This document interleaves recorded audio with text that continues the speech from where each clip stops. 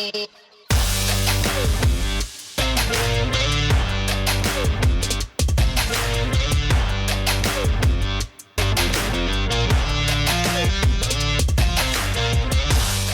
hey everyone, welcome back to The Balancing Act. It's good to be together. Hey mate. Hey bro. How are you? Good, and you? Yeah, I'm doing well. Please stop doing that. What? You keep touching me with your manky feet. Making feet. Under the desk, we're playing footsies under the desk. No, this is good. Why are you still taller? You're so big, dude. Why are you so Just move tall? up a bit, Like, please. mate, lower We your have chair, got such a great conversation lined up. We do have a great conversation lined up. Actually, we have. Do we start calling him our resident apologist these days, Dave Deane? Yeah, he's actually wearing our branding. Imagine if we got him to wear a balancing act shirt. That would be so good. That would be so good. We've got Dave Deane with us. Dave is working with Questioning Christianity. Yeah. He's an amazing apologist, travels the world, doing a whole bunch of different bits and pieces. We had him on last year on the podcast, and we spoke a little bit about his backstory and how he found himself into this apologetic space. So we don't want to rehash that, because today we're going to have this, well, at least the intention is to have a great conversation around the resurrection as we come into Easter, right? Yeah, and I think it's time, yes. It's necessary. It's something that we need to be talking through. So I'm really just excited to get going. Yeah, me too. So with that, Dave, how are you?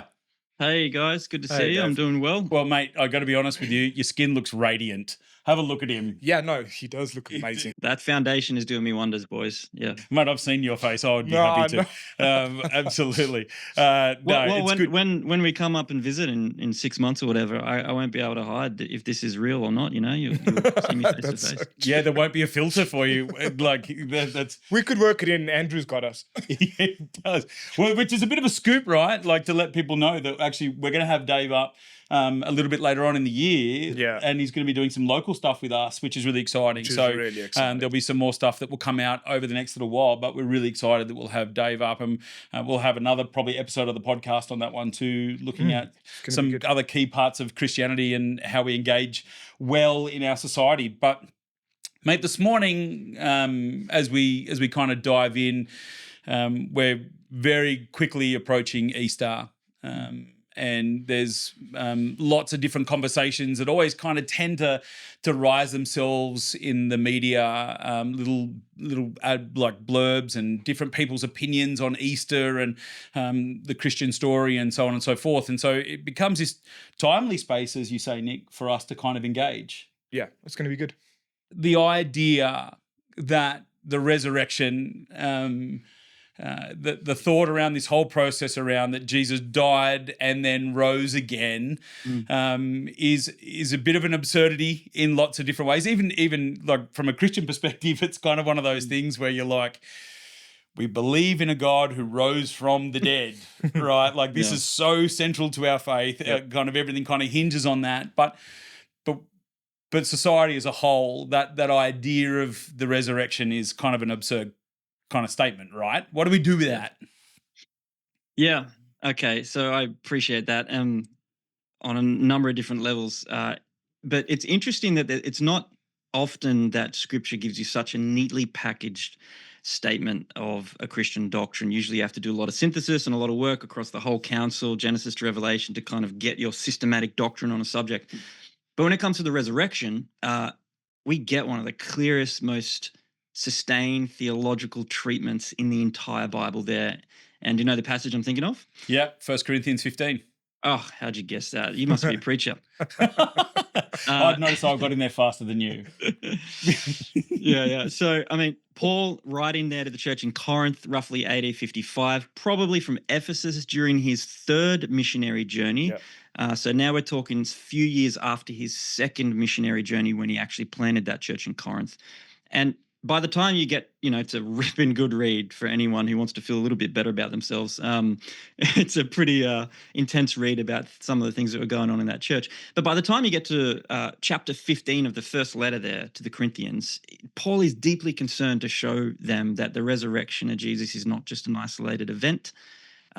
It's the pattern, the first fruits of the resurrection that Christians themselves can expect in the future. So Jesus' resurrection is the prototype for Christian resurrection.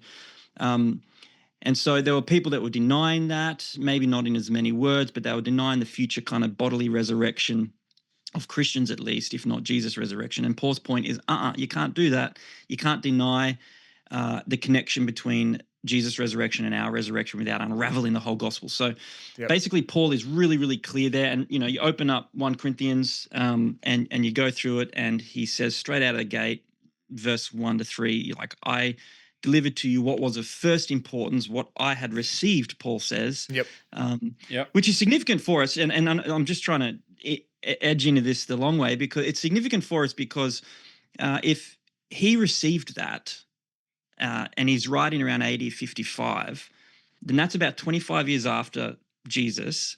And most scholars, which means it's already in circulation. So it would have been before he received it, obviously. And most scholars actually think that it was probably around the mid-30s AD when he met Peter and James, that he happened to have this kind of creedal statement that we see there in 1 Corinthians 15, 3-5, this summary of the death and resurrection of Jesus, which tells us right away this is at the center of Christian belief from a few years after the very events themselves. So we're not talking about something that's sticky taped onto the side of Christian belief, but that it's right at the heart from the very earliest confessions that we have. So there's no denying it's right there in the middle, and but I guess now to your question, right? It's all a bit absurd, isn't it? Yeah. Have you guys had any curly questions thrown at you about this before in terms of the absurdity of it, or is it more eye rolls and disbelief? I think there's a couple of things with that, right? I think the challenge that comes out of that is not so much the Christian claim that it is absolutely central to our faith, right? Because I'm in agreement with you. I think that particular statement by Paul in that first 5 verses of 1 Corinthians 15 is so central, right, to us. I think the absurdity comes from outside of the church. That kind of looks at this bigger picture and says, this whole idea of miracles in and of themselves is absurd. That we live in a world that is governed from a scientific kind of perspective. There's a natural order to things, and resurrection from the dead is just an absurdity in and of itself. How could you possibly believe that? How could you believe that Jesus made a blind man see? Like that, I think there's a lumping in together of a whole bunch of different miracles. In fact, even my own dad kind of goes, mate, if you're going to go down that line, then surely Jesus was an alien and he just had better technology. It wasn't really miracles.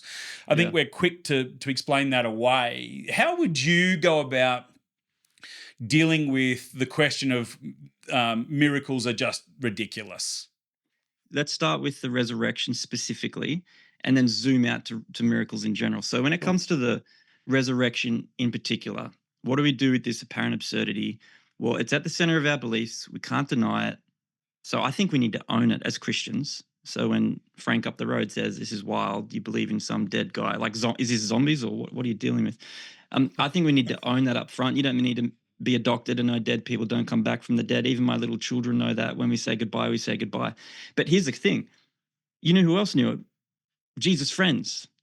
When the women went to the tomb that very first Easter morning, they didn't go there expecting a celebration. They went carrying spices and ointments for a corpse. They were not expecting a resurrection. No, that's and right. when they came running back from the tomb to tell the blokes there in the building in Jerusalem, Luke tells us, chapter 24, verse 11, that the disciples thought it sounded like, quote, nonsense. Yep.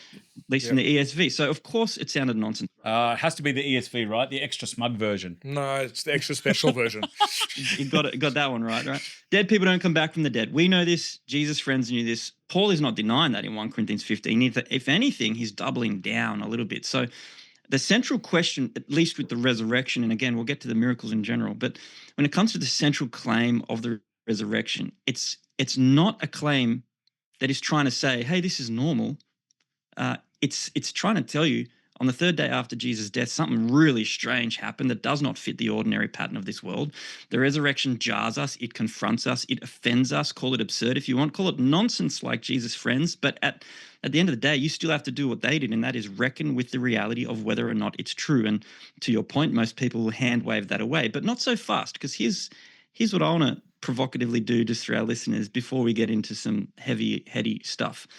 The resurrection of Jesus is a claim that this guy who was very publicly killed in front of the whole city, 3 days later, came back alive again in that city. Like, he didn't run away to India or something to kind of, make this whole thing happen. It was in that city. So it's a public claim about a human being in history, which means it's open for your scrutiny. So bring it on. And that, by the way, just as a footnote, that is more than we can say for the central claims and teachings of other religions out there that were revealed in, I don't know, private caves or on golden tablets and things like that. So the issue here is not simply if the resurrection feels strange. It does. The question is, did it really happen? And here's what I want to do to open this up a little bit. Story time with Dave Deane. As best as I can tell, my earliest memory in life is when I was 2 years old. Right, I was being held in my mum's arms, and I was looking down in this hole at this ground, this hole in the ground as this coffin was being covered in dirt. That's my earliest memory, and I know that I was 2 years old because years and years later, decades later, I think it was 2011, I walked through that cemetery out there in a little village outside of Gunnedah where I grew up, and I saw the tombstone there, and it had 1990 when Bob Neller, good old Bob from Gunnedah Baptist Church, was buried. And it's just interesting that as a kid of 2 years old, I evidently knew that death was something significant enough to register in my memory. But then what is death, right?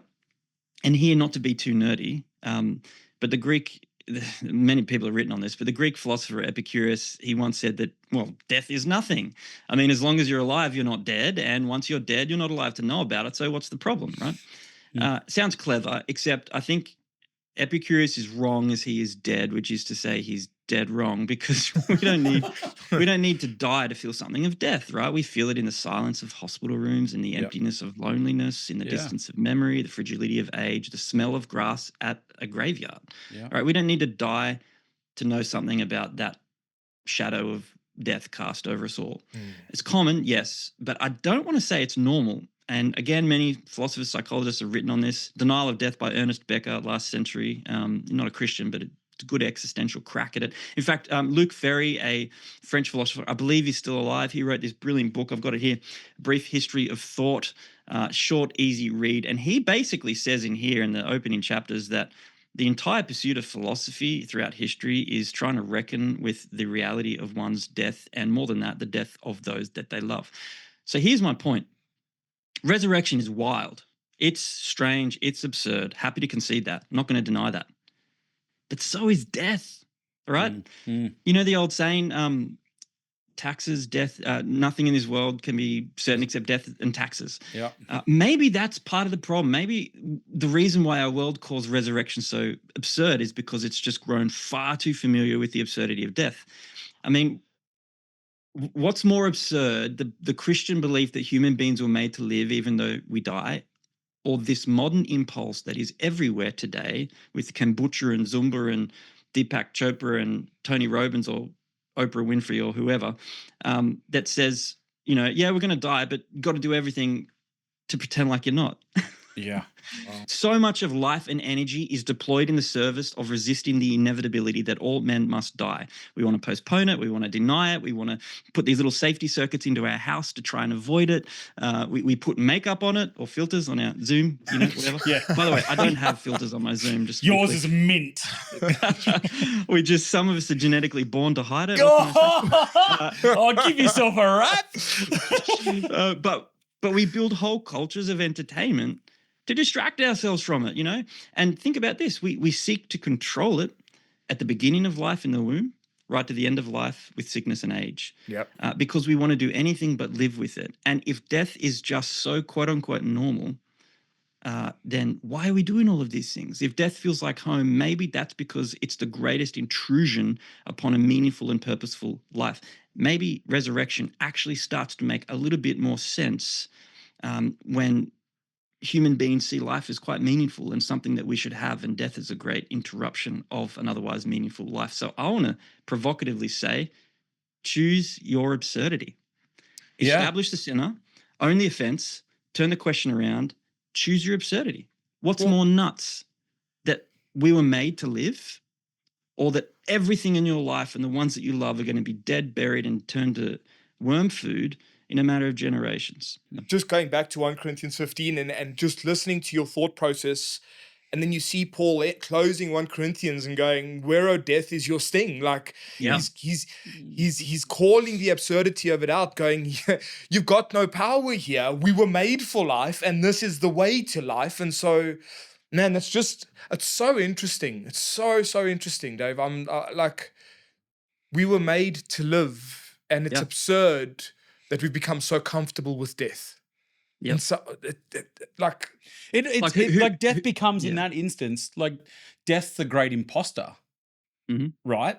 Like, it imposes something. It pretends it's got power. It pretends that it's the end. It pretends all of these things, but in reality, it's not. And I suppose you going, well, what were we made for, does flip that question on its head, right?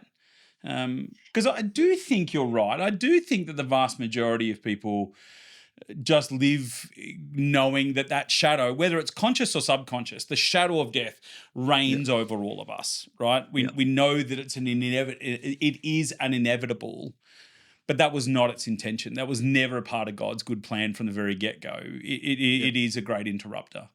Well, and I love how honest Scripture is about this. I mean, you don't need to read the Ernest Beckett's Denial of Death or Neil Postman Amusing Ourselves to Death. You don't need to read these people, and because Scripture's been saying it for thousands of years. Hebrews 2 is so interesting. It talks about this perennial anxiety of death that we all live with. But then you go back to the Old Testament, Ecclesiastes, and Ecclesiastes 3:11, eternity is written on the hearts of man. Yep. But then you get to, and women, that's obviously inclusive. And then you get to Ecclesiastes 7, Ecclesiastes 7:2, and NLT. I love that translation there, because it says, and I hope I get this right, it's better to go to a funeral than to a party, because death is the end of all men and women, and the living should take it to heart. Sure. And I think that's great. In other words, don't put it behind a freezer vat and deny it. Don't do what I saw and heard about at somebody's funeral, where they literally, from suicide, somebody from university, sorry, I wasn't there, my wife was there, where they turn up the music in the montage to Slipknot and try and suppress the sadness and deflect away from it. Don't do that. The Scripture says it's better to go to a house of mourning than to a house of distraction and a party, because we're all going to be in the ground, and we need to take that to heart. You only get a statement like that east of Eden, by the way. But here we are. And so, yeah. But again, we haven't dealt with the... let's deal with the miracle question. Let's bring that back. Let's deal with the miracles, because that's a fundamental question, right? Miracles are not miracles. They're coincidences. They're whatever. The idea of miracles in and of themselves, including that of the resurrection, is wild and stupid, and all the other above is what other people are saying. It's not what I'm saying. But how do we deal with that? Miracles are all throughout Scripture. The resurrection is kind of a big deal, but we've got them all throughout the Old Testament as well. You kind of see them at these clusters of miracles at the great transitions of redemptive history. I think that's interesting. So you have it at the Exodus, you have it with the prophets and the kings, you have it at the birth of Jesus and the ministry of Jesus, you have it at the birth of the church in Acts 2, and then at the end of it all in Revelation, you have a whole lot of wild stuff going on as well. So that's just an interesting observation, which is to say perhaps that miracles aren't ad hoc. They might be trying to tell us something about where we are in history. So hold on to that. But I think personally, yes, I do think miracles are possible. And obviously not everyone does, though, in our world. And that's because it all depends on what we think reality is really like. I mean, if miracles are ruled out in principle from the start, if God doesn't exist, then everything from Genesis 1:1, in the beginning, God, is probably going to be a little bit hard to swallow. Some people are just closed off to the idea of the supernatural. But here's what I'd want to say to that. Just to slow down a little bit, let's try and unpack why that might be the case. Now, there's this sort of popular catchphrase out there. You might have heard it. Extraordinary claims require extraordinary evidence. You ever heard that? Yep. Yeah, okay. Do you know where it comes from? No. So it was popularized last century by Carl Sagan, who was an astronomer. I think he was from the States. But the idea, not in that catchphrase, but the basic philosophical idea goes back to the 18th century and a Scottish philosopher named David Hume in his dialogue on natural religion. And on the surface, it sounds clever, right? Yep, got you there. Extraordinary claims, extraordinary evidence. And you've got a book that I'm going to dispute, and that's not very convincing for me. The resurrection of Jesus is truly extraordinary. So you got to give me something more than some gospel that I already reject, right? But it's interesting to ask the question, what does one mean by extraordinary evidence? Well, that is the issue here. Do you mean some sort of video footage of the resurrection? Do you mean some sort of forensic DNA evidence? Do you mean a coronal file signed by Pontius Pilate, etched into stone somewhere? I mean, obviously none of that stuff existed back then. And so just as you don't brush your teeth with a hammer unless you want to do some real damage to your teeth, so we should not expect modern empirical standards of evidence for ancient claims of a Jewish man rising from the dead 2,000 years ago in the armpit of the known world out of a rock-cut tomb beyond the walls of Jerusalem, unless you want to do some real damage to history, right? So what's underneath this kind of David Hume objection to the possibility of miracles is actually, I would say, a limited view of probability. Please hold on with me here. Yeah. So basically, the demand of extraordinary evidence is, I think, a convenient way for people to push the evidential bar for a miracle like the resurrection way beyond what that claim could possibly put on the table evidentially, so that in the end they could say nothing would ever possibly satisfy me that somebody could come back from the dead. You can't convince me of that. But that's frankly not how probability theory works. And I've done a lot of math at university when I studied engineering. I don't enjoy it, to be clear. I'm not an expert in it. But many people are, and they're far nerdier than me. I'm thinking of Tim and Lydia McGrew here in particular. So Google them, look them up. But they have applied certain probability theories to the resurrection account to show that there really is a distinction between prior probability of an event and the probability after that event once all of the evidence has been taken into account, okay? And so I think most of us would agree before you look at any of the evidence, the prior probability of the resurrection, when you go up and talk to Frank up the road or whoever, hey, Jesus rose back from the dead, the prior probability for somebody like Frank who's perhaps never been shown anything more than just that claim, it's very low. Yeah. Of course that didn't happen. Dead people stay dead. We know this. David Hume knew this. Oh, by the way, Jesus' friends knew this as well. That is precisely why the resurrection was kind of a big deal, because it got their attention. But the prior probability of the event is only the beginning of a question. It's not the end of it. This is why we have courts of law, right? Someone might claim something happened and it might sound pretty outlandish, but we can't make a call on that until the evidence is weighed. I mean, even our mainstream media gets this, because that's why, probably the hard way, because of litigious reasons, like allegedly the murderer said, until they go through the courts and it's all proven, right? Yep.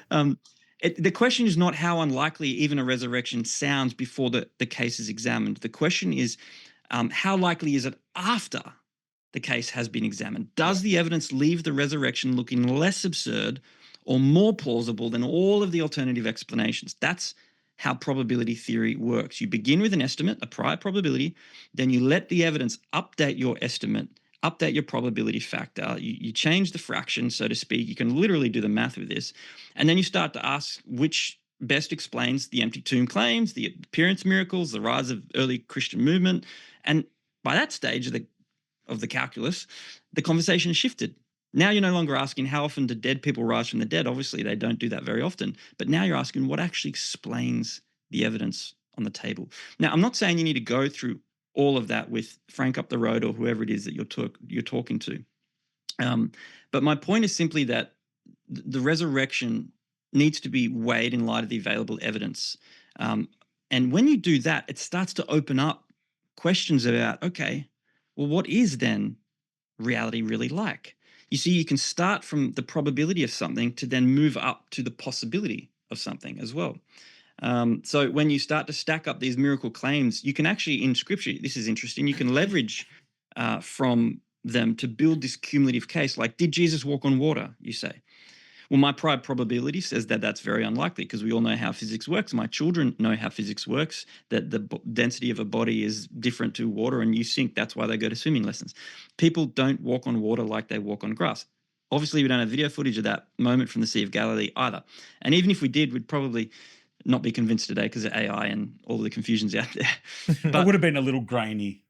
Totally. But we can, it would have been grainy. And there would have been a UFO behind. But we could still have good reason to believe that Jesus did walk on water based on the indirect evidence or the inference to the best explanation from this cumulative case that the accounts of the Gospels themselves are actually reliable, eyewitness source material. So you can leverage from that authority as evidence to then say that these other miracles are perhaps more likely. But you can do that not just from the Gospels, you can do that from the very nature and person of Jesus himself, because if he really did rise from the dead, then now you've got a vindication of who this Jesus is, God incarnate. And once you've got God incarnate, man, it's trivial for the one who said, let there be light, and there was light, to walk on water. Because the question is not how physics works, it's who is the one walking on the water. That's ultimately the question. When we talk about this idea of probability, is it not the case that that the weight you place on these probabilistic in this probabilistic equation, whatever equation you're using, I'm assuming it's Bayesian, but whatever it may be, is not the weight subjective? I'm going to determine how much weight I place into this equation to work out whether or not these things are actually viable in my thought processes. Like, how do we determine that? Like, who knows? Because from what I understand, it seems to me like it's a subjective kind of... Yeah. Well, certainly there's elements of subjectivity. Yeah, estimation, right? It depends on the individual. Biases and all sorts of bits and pieces. That's what I'm trying to work out. So it doesn't create an objectivity for us to play with. There's no such thing as a God's eye view except the view that God has in his eye. You know what I mean? Like, no one has a God's eye view. No one is perfectly neutrally objective. I mean, this is why even scientists have different views from their own empirical measurements. And so no one can escape their own subjectivity. Let's just accept that up front. The question is how can we... So yes, we start with something that is in part subjective with that prior probability. The Bayesian weight that you assign at the start, that prior probability, it can and does involve that subjective dimension for all the said reasons that you've given. But the question is, what happens to that as we now apply the evidence? Are we willing to allow, however biased and misguided that prior weight is, are we willing to allow that to be altered and adjusted based on the available evidence? So we do this even when it comes to Bible reading. So you and I, no doubt, have different views on different doctrines of Scripture.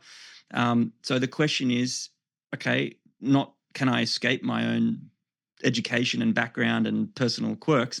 The question is, am I willing to allow them to be reformed by the governing authority of Scripture before us, so that you and I can kind of figure out who's right and who's wrong there, or why there are differences? So the prior probability of something like the resurrection starts with, I don't think it's a scandal to say, an absurdly low prior. But even that's not neutral because of the world we live in. That's just where we start. But then we go through the reasoning, and that evidential weighing of it all, that's really the key point here as to what it does with that prior, to where you land with the final. Otherwise, you just walk away, like David Hume did and said, these are unconvincing. Does that make sense a little bit? Yeah, I think so. And so, then in light to that, before we get to the evidences of the case that we need to take on board, what are some of these common theories that people are throwing around that want to either disprove it or wave it away? Or like, what are some things we're dealing with that people come to the table with these prior biases and assumptions and go, this is what it must have been? Before we deal with, we're obviously going to work out what some of the cases. Yeah. Can I just clarify? So let's do that. Can I just clarify what a miracle is? I don't think I've answered what a miracle is. So we've talked about these prior probabilities and how we consider what a miracle is, but I think it's worth just nailing exactly what I think the biblical answer of a miracle is as well. And then we'll come back to that. Please remind me of that. So when it comes to a miracle, though, just to round out that question, we've talked about how to assess them, but what actually is it? Well, I think when you go through that assessing process, the question of the natural order, it's worth realizing this natural order of things. We talk about dead people not coming back from the dead. What is this natural order where dead people don't come back from the dead? The interesting thing is, in my own master's study and everything like that, I came to see that there's, broadly speaking, two main different views that people have about the quote unquote natural order. There's the regularity view, which I think was put forward by Dave Hume and others, that basically says the laws of nature are descriptions of what normally happens in the world. So fire burns, gravity pulls things down, dead bodies stay dead. These are just the patterns that we observe. They're descriptions.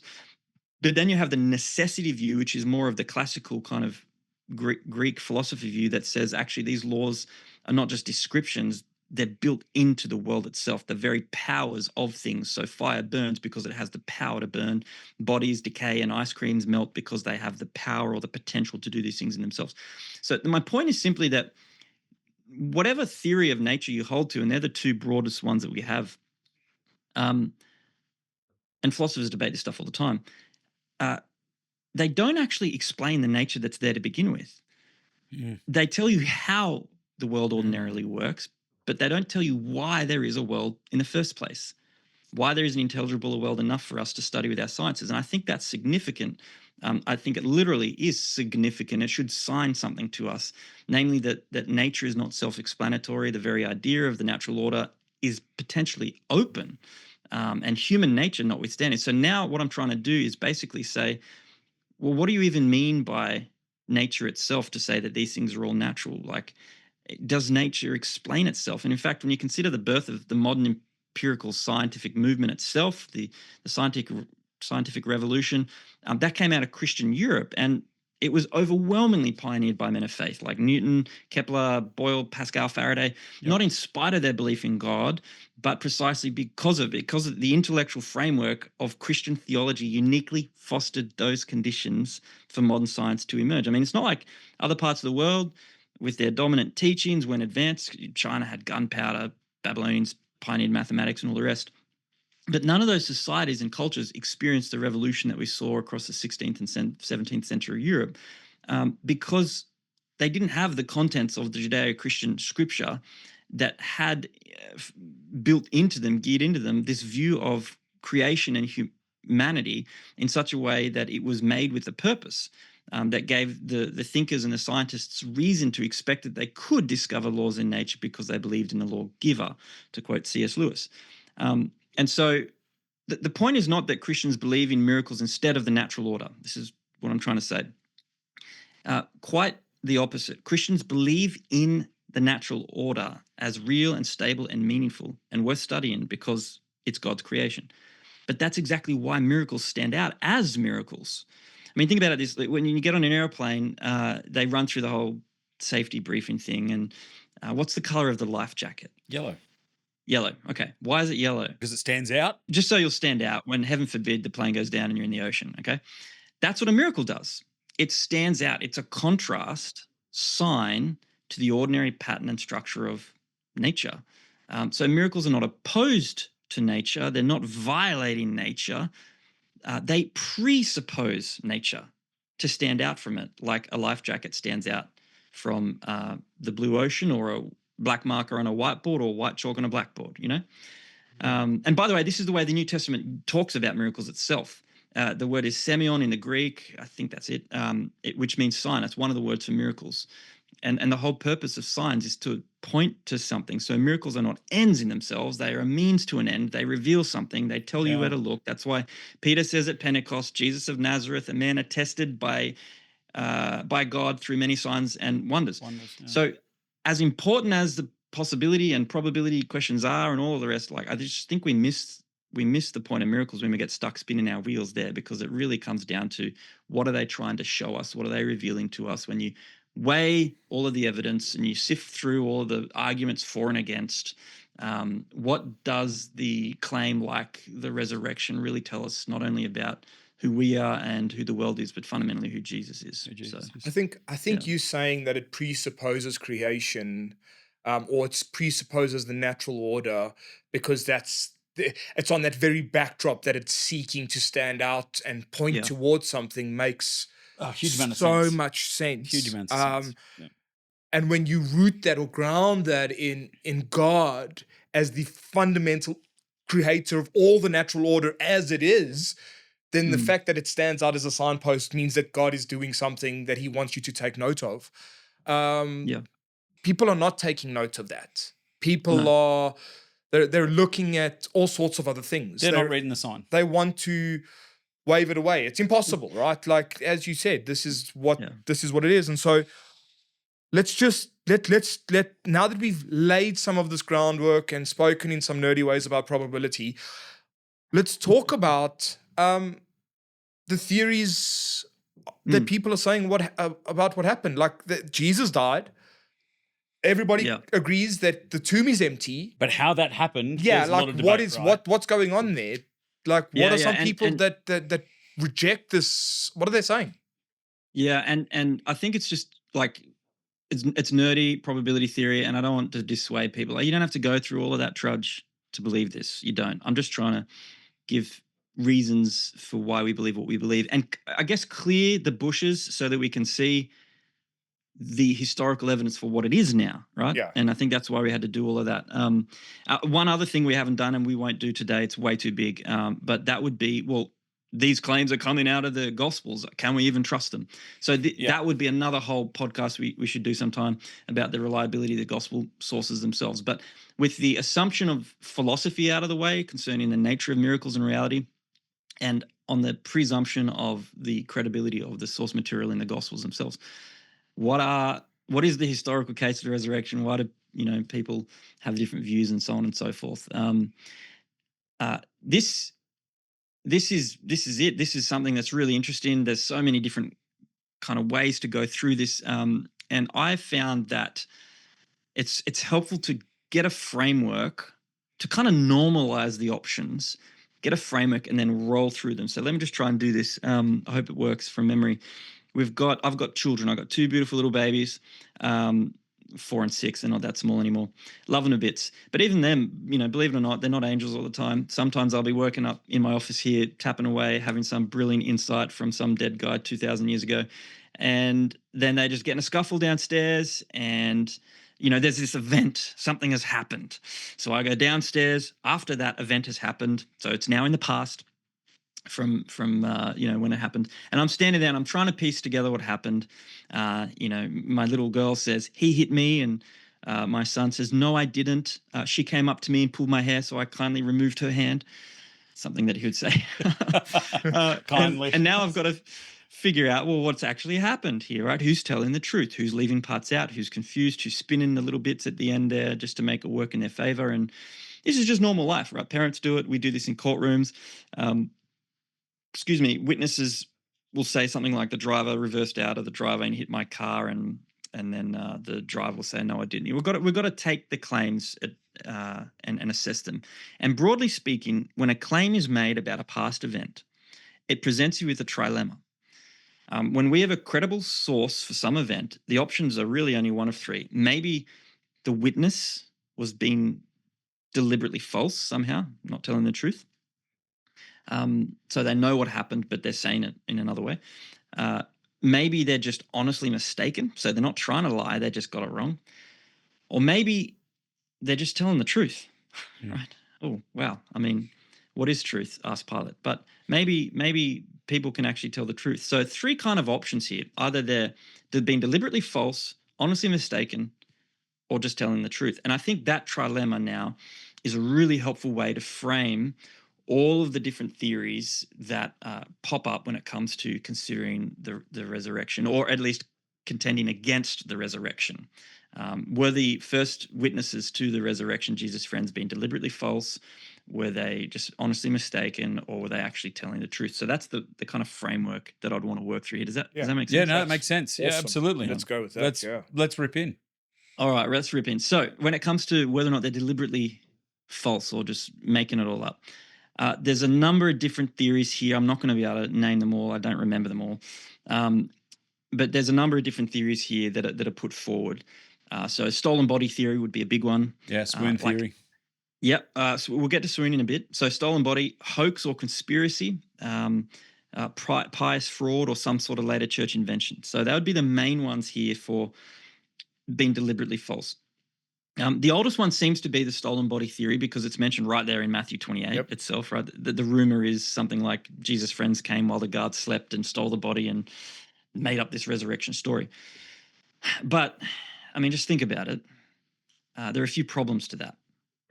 And sorry, just to pause here.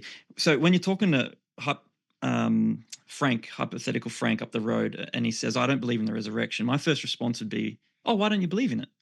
Listen to what hypothetical Frank says, and then see how that maps to what we're going through here. Yeah. Okay. Yep. So, well, somebody could have stolen the body, could be Frank's response. Sorry to any Franks listening. There are a few obvious problems with this theory. First, it's not at all obvious how Jesus' friends could have pulled this off without people noticing. I mean, if the guards were there, you'd have obvious practical problems there. Sleeping Roman guards don't usually sleep through grave robberies. And even if they did wake up, it's not exactly obvious how frightened little disbanded group of Jesus' friends, teenage women amongst them, would have somehow manhandled heavily armed guards to pull off a covert operation like that. So it's pretty weak theory. Most people don't really buy into it today, certainly not in the scholarship. But even if they had stolen the body, you'd think that the authorities, the Jews amongst them, would just expose that. Because read Acts, I mean, this is a bit of a problem for some of these Jewish people.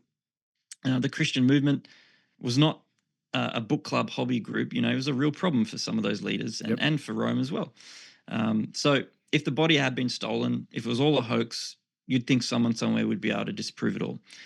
And the other thing that I think is troubling with this is the question of motive. And this is probably the biggest one. Like when people lie, it's usually for some sort of payoff, right? Like money, sex, or power, or status, or self-preservation, or revenge, or something like that. What exactly did the disciples gain by saying that Jesus came back from the dead? I mean, they were not setting up luxury villas in the Mediterranean there or anything like that. They were not positioning themselves for Senate seats. They were not angling for comfort. From the very beginning of the proclamation with Stephen, you had opposition. Yeah. Or even with Peter John. Before Stephen at Acts chapter 2 at Pentecost, right? So they have very strong motivations not to make this all up. Because they faced enormous pressures and hostilities. And if one of the strongest instincts of a human being is self-preservation, the idea that some elaborate false, resurrection story, it just starts to really fall apart. What it does seem to show, though, is that the disciples perhaps really did believe Jesus was raised from the dead and his resurrection did mean eternal life. That starts to sound a lot more plausible, which would take us, I guess, out of the question of whether it's deliberately false now to the question of, okay, well, maybe they were just honestly mistaken. But let me also say this, though, because some people might say, David, that's not that convincing. People die for lies all the time. Think of martyrs, right? Think of jihadi extremists. Think of radical Islamists and so on and so forth. They die for something that they believe in. People are that sincere about their beliefs that they're willing to go off with it. But the difference between what we're talking about here with the first followers of Jesus is that, in contrast to, say, radical Islamist terror today and suicide bombers and stuff, is that the suicide bombers believe something, and they believe, and they're sincere about that belief, no doubt. In the case of Jesus' disciples, they were there in a position to know it, and so now they'd have to be making it up.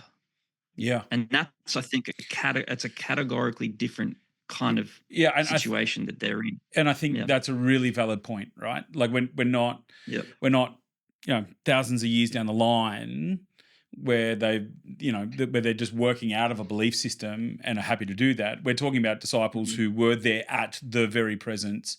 They were there at the time. There was real risk to them, and we see that playing itself out, right? That it's not just Stephen who is murdered. We know all of them essentially, bar John, face the death penalty for their belief in the resurrected Jesus, right? And they were there at the time. Like that, it's not holding on to some kind of ideal that has been kind of developed over a long period of time. Like these were his friends. And I think it's a category mistake as well, because you say like those people that are sincerely believing something, even though it may be false, they would fall into the second category that we're going to deal with now in any case. They're not willingly misleading people. They're not actively seeking out lie. We're actually lying and we're willing to die for this lie. They had good intention. They were just wrong. So I think that even in that they fall into the secondary category that we're just about to discuss, rather than the first where they're willfully lying and they're willing to die for that. Yep. They don't think they're lying. Yeah. So this would be the second horn of the trilemma. So I think we've dealt with the first horn, that they would have been deliberately false. Even some of the greatest skeptics like Bart Ehrman don't buy that. So yeah, this isn't like some evangelical claptrap that we're just knocking down these horns of the dilemma. Like, a lot of people don't really buy into the deliberately false witnessing. It just doesn't make much sense. If you're going to be a really critical scholar skeptic person, you're probably going to be sitting somewhere in the honestly mistaken camp.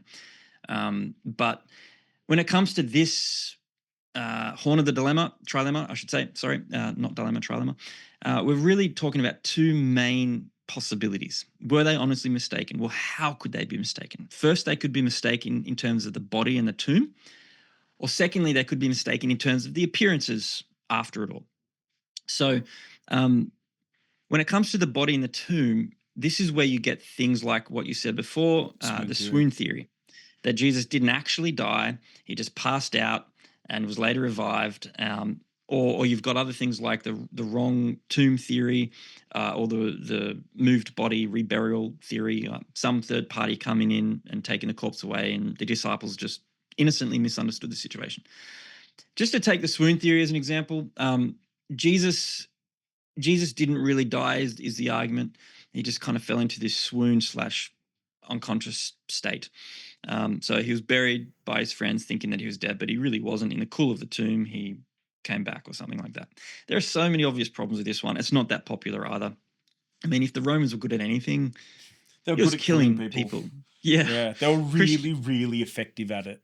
They were. And crucifixion was not a slap on the wrist. It was brutal, cruel, public, efficient.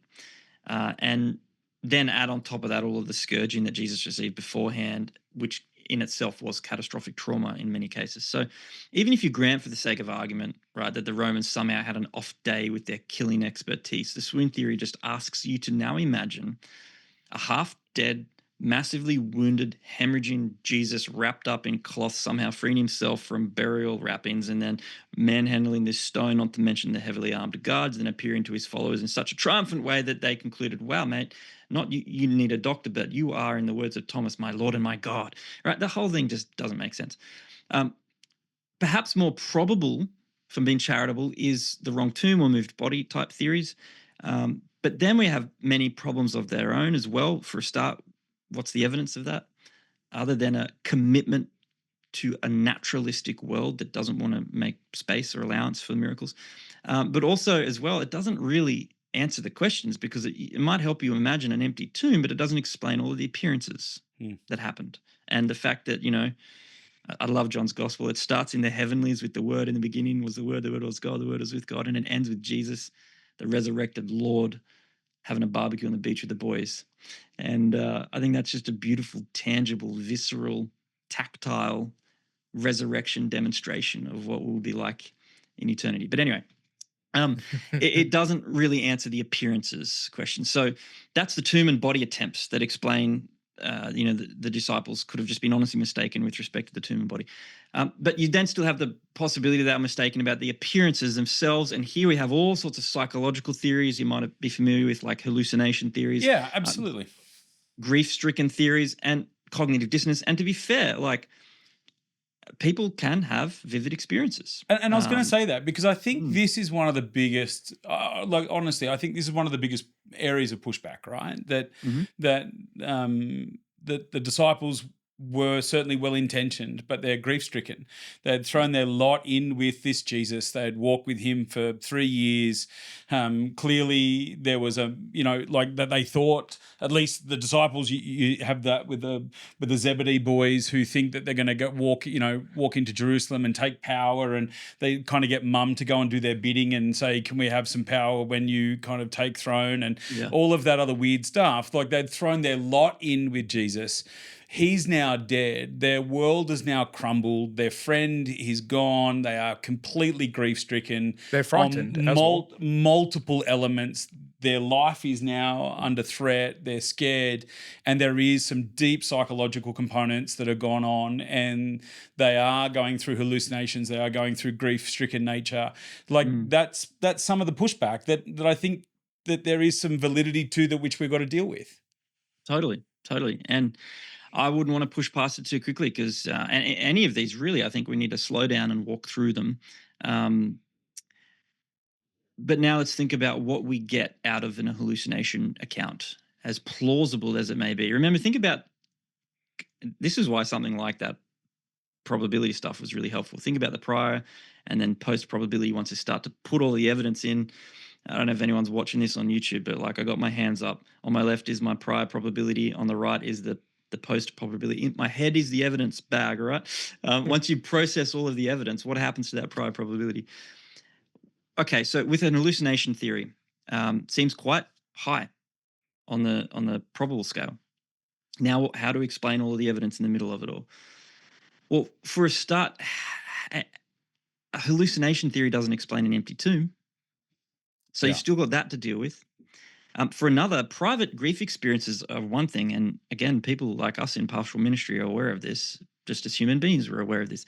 But the resurrection claims are not just about one person privately feeling comforted. They involve multiple people across multiple places at multiple times in different settings, with a communal, embodied shape to the claims. And perhaps more than that, I think this is hugely, hugely important.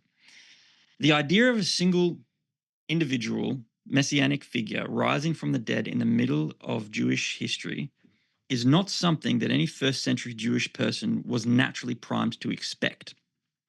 And this is where I think modern people can miss the strangeness of the claim, because there was no uniform Jewish theology at that time in the world. That's why we have the different groups like the Pharisees and the Sadducees and the Zealots, and then they're not mentioned, but also at that time we had the Essenes as well. All of these different takes on Judaism. But broadly speaking, across those different camps, they had categories for a kind of general resurrection at the end of the age, but not for one man rising in the middle of history while the rest of the grave stayed shut. Because remember, they were expecting this Messiah to be triumphal. They were not expecting the suffering servant of Isaiah. So think about this now. To go back to what we said before about, not only did Jesus' followers have a natural law objection to the resurrection because dead people stay dead. They had that, Luke 24:11. On top of that, unlike you and me, on top of that, they had, in addition to our modern objections, theological incentive to positively reject the resurrection. So for these kinds of psychological theories to stick, I mean, when you have a dream, it's usually a mash of stuff that you have in your head, vaguely memories, conscious, unconscious. You don't dream about things that you've never had in your head before, unless it's some sort of supernatural revelation, I'd say. But in this case, for something to be providing the raw material for psychosis in some sense, that's just not the resurrection of a Messiah in the middle of history is not something that they would have had going on. And I just think it's an enormously difficult task to try and explain not only these unusual experiences, but the birth of a very specific and deeply counterintuitive resurrection belief in a Jewish environment that was not expecting it. Yeah. And I think, and on top of that, I think Jesus's interactions with Thomas, I think, undermine that very nature of just being a psychological component. You have Thomas where he doesn't believe the other disciples. He just doesn't. He doesn't believe that the idea that Jesus is resurrected. He makes a pretty bold statement and says, "Mate, unless I can touch it, unless I can see it, unless I can smell it, like we're not in." And then you have the radical transformation of Thomas. So, I think even on that, even with the disciples, you could maybe account for one, maybe two having an episode, but the fact that all of them have seen, including one who is significantly doubting the realities of what is being told, I think it does undermine the psychological assumptions. I also think, in Matthew 28, which is what I'm preparing for Sunday. Um, it's fascinating. It's something I've never read, but in verses 16 and 17, it says some worshipped and some doubted. Yeah.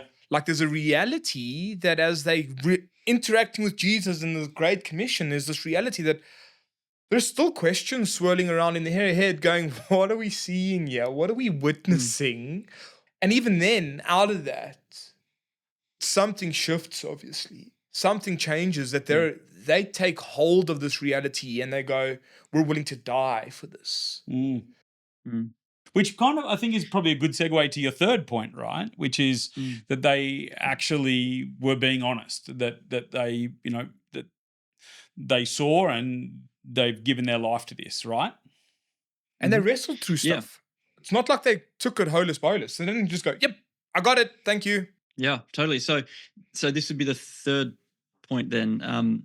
If the fraud, deliberately false theories explain too little and cost too much, if the honestly mistaken theories explain bits and pieces, plausibly, but just not the whole case, and hybrid theories, I think when you try to stitch those two together, I think usually they become just more and more ad hoc. Yeah, which they become just messy. lowers that probability, because now you're like, okay, fine, you can say that, but like, what's your evidence, right? If you're going to do the prior post probability, what's the evidence that's changing your probability factor here? And if you can't put it on the table, then who's the one that's trying to follow the reasonable evidence here? You know what I mean? So in the end, if they weren't being deliberately false, if they weren't honestly mistaken, then perhaps they were telling the truth. Oh, okay. Now I don't want to accept that, perhaps because I've spent my entire life with the closed view of reality. And then you have somebody like a C.S. Lewis saying that his conversion was one of the hardest nights in his entire life. Like, it's not easy to have your world view changed. But the question is, does truth matter to you that much? And so for these disciples, I think the answer is an obvious yes. Because the point of this probability calculus is not which option sounds the least strange. Just keep on holding on to that. It's just which one accounts for the evidence in the least distorted way, bringing the greatest unity. And you might say that, okay, fine, but I'm still got my questions. To your point there, Matthew 28, the Great Commission, it doesn't say don't have questions, now go preach the gospel. It says go preach the gospel, you doubters and all, because we're more than just thinking people. We're feeling, sensing, faith-committed people. But again, I don't want to say this is fideism. It's faith based on reason. What reason, David? Everything we've been talking about here for an hour or whatever it's been so far, okay? There is reason to the resurrection that we are weighing down. And I think you ultimately, when you sift through all the evidence, you land here. Yes, there are questions that we have, and don't just take my word for it. Investigate this for yourself. But I will just say this: even some scholars who are quite antagonistic towards Christianity admit that something weird happened after Jesus' death to account for what followed with the rise of Christianity. Something had to happen because, Jewish history is littered with failed messianic movements. Plenty of people rose up, gathered a following, got crushed, and that was the end of them. End of story. But here in the Gospels, Jesus was crucified under Rome, but in many ways that was not the end of his story. It was just the very beginning. Yeah. The very beginning. So the resurrection, and this is what I want to say, the resurrection is one of the most irritating, destabilizing, hard-hitting, terribly inconvenient, paradigm-shattering claims of history. And to go back to where we began, it's not simply that it just makes us rethink reality. It makes us rethink who Jesus is and consequently who we are and what this idea of death is really all about. You read through Acts, all throughout Acts, people stroking their beards, pontificating about Christianity as this idea, at least not in the provinces, but at least in like Athens, where Paul in Acts 17 goes to the Areopagus and he's stroking beards with the Epicureans and the Stoics there. They're all curious about what he has to say. Let us hear more from you. Well, this is interesting stuff. And then he gets right to the end. God will judge the world in righteousness by a man whom he has appointed and given assurance to all. How? By raising him from the dead. Acts 17:31. And with that, some of the Greeks, they probably could have handled if Paul said something like, look, Look at the tides of the ocean, they ebb and flow. Look at the flap of the bird's wings as they nest in trees. Look at the alignment of the starry hosts, just like people today looking at horoscopes in the back of a newspaper. But all of that naturalistic dribble, they could have entertained that. But no, Paul doesn't land there. Paul puts the entire weight of the Christian case that he has built square on the shoulders of the absurd resurrection of Jesus from the dead. And at that very point, as soon as he lands the resurrection truth bomb, it's all over. Some start to laugh, some start to mock, some believed, and others wanted to hear more about it. So the resurrection is not some interesting anomaly of human history. It puts a claim on you with which you must reckon. Did it happen or not? Yeah, right. So let's deal with that, right? So we work through our framework. Ultimately, what does this resurrection mean?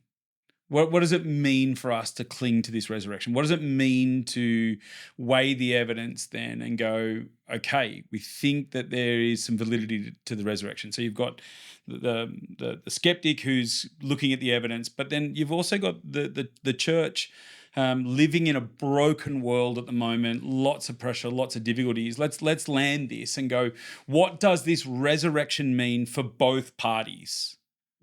Is it worth shattering your worldview for? It's interesting as well, even what we mean by shattering our worldview. I had a friend come up to me. He's become a friend at a church, and he came out of Islam. And I said, how is that going for you? And he said, it's been horrible. It's been hard. I've lost my family. I've lost all my friends in my community. And he said, but I've gained an eternal Lord and Savior and a church family. And just to pause on that for a second, I hope churches realize the cost that it is for some people to come to church. And I really do plead with people in church who've been perhaps inoculated by churchism and faith and resurrection and Easter stories their whole lives. Are you willing to be family for people who lose everything for believing in this? I think that's something worth considering. So just think about, though, where he's coming from as a Muslim, right? That's a very, the so what factor of the resurrection. Well, it is distinctively Christian, unlike, say, what you get in other religions like Islam or Hinduism or Buddhism or the eat, drink, and be merry attitude of so many Aussies today. Some of those religions talk about, like, in the eat, drink, and be merry attitude of atheism, it's like some sort of therapeutic approach to life, just kind of roll with it. The Hindu views are very much, Hindu and Buddhism are like karma, cycles of rebirth, ultimately detached from suffering and death. And then you've got, obviously, Islam itself, which does have a view of a resurrection, but it's a resurrection of people, certainly not through the resurrection of Jesus. They have got no Jesus for the kind of gospel that we're claiming. Even though they talk about him.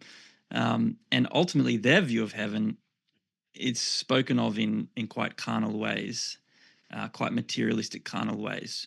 But the so what factor of the Christian resurrection, you don't get it anywhere else. And let me just explain it this way. Go back to Luc Ferry, this bloke I've been appreciating, this philosopher, French philosopher. He's not a Christian, but even he recognizes the perennial problem of death with which we must all reckon with. But he's got a chapter in here explaining how Christianity triumphed over the Greeks. And it was predominantly because, the Greeks was the philosophical religious worldview that basically the Romans adopted at the time of Jesus. And he says the reason why Christianity triumphed over all of that was basically because it offered a salvation, a way of dealing with death that was deeply, deeply personal, in contrast to all of the alternatives out there that were largely impersonal. So to think about the Stoics that Paul interacted with there in Acts 17, they could speak of joining the cosmos after you die or something naturalistic like that. According to fate would be something, or divine determinism would be more of the Islam kind of answer here. They're all different ways of trying to deal with the death question, but they're quite impersonal. Allah is so detached from humanity. He's deeply impersonal as a deity. So when you read these writings, well, when you read Stoicism, for example, it's pretty bleak stuff. Like Marcus Aurelius, the emperor in the 2nd century there, how do you face suffering and death in life? He'll tell you that you need to deal with it by training yourself to not be too attached. Don't cling too tightly to the beautiful little kids that you love or anything else. Basically, love people less and you won't hurt as much when you lose them. Christianity says love God and you will love people more. It's not love less, it's love more. And so when it says shocking, when Jesus himself says shocking things like, about loving God more than even your family, that's not about loving your family less. It's about loving them more in the way that God's called you to love them. So I would say all of these alternatives are just not, and I'm not saying it, Luke Ferry's saying it, they're just not satisfying ways to live. I would go on and say further that I think they're quite dehumanizing ways to live. I mean, Hinduism, Brahma, getting absorbed into the one, you're losing your identity altogether. So like, who are you at the end of it all? There is no resurrection. So into this, just to go back to the 1st century world though, into this Greco-Roman polytheistic world lands the Christian gospel, and it is a confrontation with death on a humiliating, shameful cross, but it's also a claim of victory over it with the empty tomb. And centralized on the person of Jesus, it's not some sort of natural, anonymous survival statement. It is a personal claim of salvation, one in which love is stronger than death, and resurrection is not the continuation of the separation with life, but it's actually the overcoming of it, which, that is the sticking power of the Christian resurrection claim. It's this promise that through love and faith, death is overcome. I mean, that's what Paul preaches in Romans 8, like neither death nor life, angels, rulers, heights, depths, nothing in all creation is able to separate us from the love of God in Christ Jesus. And quite honestly, when you zoom out to all of those other religions, you just don't get anything like this. This is not cheap, materialistic, pleasure-bound consolation in the afterlife like some religions will give you. This is not salute and execute, hope for the best when you die, and you don't wake up as a bug or a grasshopper or something like that because you haven't done the right thing. This is resurrection that can be trusted and owned and be assured of as strong as Jesus walked out of that empty tomb for your life. And resurrection is not consolation. It's not mere explanation. It's resurrection. It's restoration of that which was dead. It's to quote J.R.R. Tolkien, it is everything sad coming untrue. It's not the rewinding of the clock, pretending history never happened. Resurrection in eternity is God redeeming history through the cross and empty tomb of Jesus so that every evil, every loss, every death does not get the final word in history. The resurrection is God's declaration to the world, with all of its graves and all of its tears and all of its losses and all of its Bondi mass shootings and all of its bombs and all of its cancers and all of its heart cries, that death is not the Lord of the living. Jesus Christ is. And because it's all tied up in this single event of human history, it's both wonderfully exposed to your scrutiny and explosively powerful to confront you with that question, did it really happen? The Christian gospel doesn't say, admire it as a vibe or an idea. It would have been so convenient to say, Jesus rose again and he lives in your heart, bro. Just believe it. No, it says this happened in history. What are you going to do with it? Like the Athenians there at the Areopagus. You can't say it's irrelevant because last time I checked, the death rate's still 1 per 1. Yeah. Right. You're going to have to face this. Did it happen? And if it did, what does that say about who Jesus is, who you are, and what this world is all really like? Maybe it's a lot more open than we'd like to admit. Yeah. And I think this becomes the reality, right? And so when we take hold of that, there's such a deep hope that we live. I think it shapes the way in which we live now. We're not living in light of the shadow of death. Our life is one that is already being birthed into eternity. Like our life now matters. The way we live and the way we engage in the hope that Jesus is who he says he is, the one who spoke creation into being, the one who has given us life and true life, the one that promises life to the full now. This resurrection, this celebration of Easter, really does point us to this incredible life that we live in his power and in his spirit now. It does give us this grounded hope of eternity.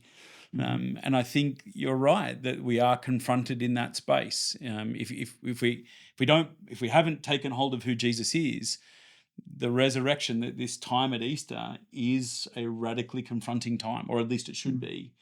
And for those who have taken hold of the resurrection, this Easter is just this incredible celebration of life and hope and joy. It is worth shattering your worldview. That's basically it, right? That's the point here. Yeah. And the point of death is not the Lord of the living just makes, man, thank God for that. Amen and amen. Wow. Death is not the Lord of the living. Jesus Christ is. Yeah. And you're right. As we go into this Easter space, wrestle with that. Yeah, wrestle with it. Work with that. Think through that.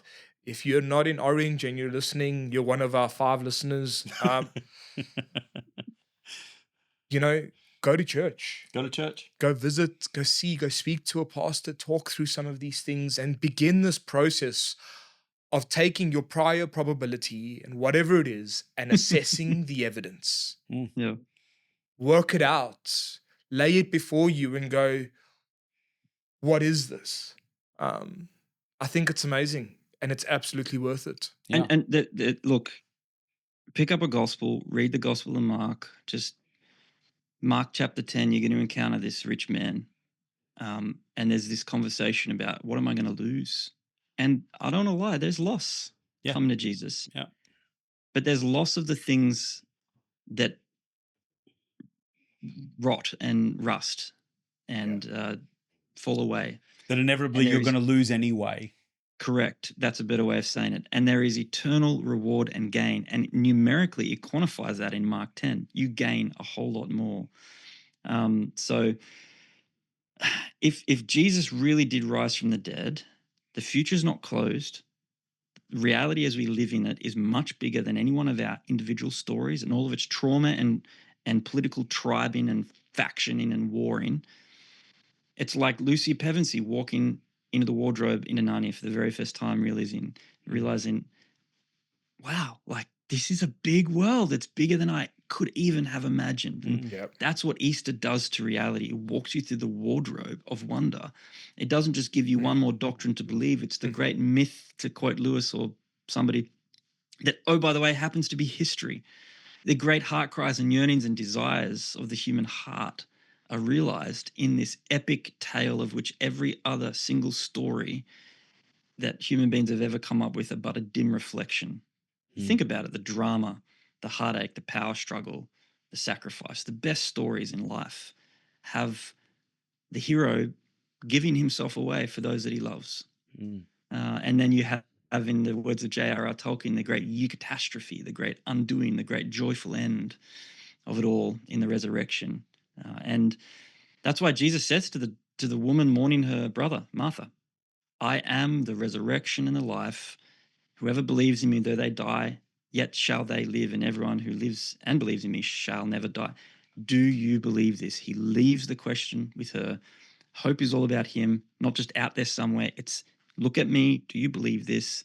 And you carry that hope in you. And going back to what we talked about last time on the podcast here, 1 Peter 3:15, always be ready to give an answer for the reason for the hope that you have within, and do so with gentleness and respect. When you carry that hope of Jesus in your heart, you start to bear witness to him in the poise of your life, so that when all of these bombs go off in the Middle East, when all of the fuel prices go up here in Australia, when heaven forbid another coronavirus comes back, all of this starts aching and shaking our world, you look a little bit different because you haven't hitched your life to this ship that's going down. You're not shuffling deck chairs on the Titanic. You're actually trying to talk to people about where true life is ultimately found, and they're going to come to you and ask you about that. So it puts your story and even your hurts, your cancer, it puts it into a bigger story for his kingdom purposes, and that doesn't diminish you, it elevates you into his story of redemptive history from which we were made for in the very beginning. It's good. Dave, thanks so much for joining us, mate. So good. Great conversation. Can't wait to catch up with you later on in the year. But thanks for your time. Really appreciate you, mate. And have a cracking Easter. You too, guys. Appreciate you. Thanks, mate. Bless you, man. Thanks, everyone. Thanks for joining us. I hope that it was a real encouragement to you. I hope that you can take hold of the reality of the resurrection and live solidly with joy overflowing in your heart, a joy that overflows into the world around you. But we can take real courage. Yeah. The evidence is there. Jesus is who he says he is. So have a great Easter, everyone. Looking forward to catching up with you next time. Bless you, guys.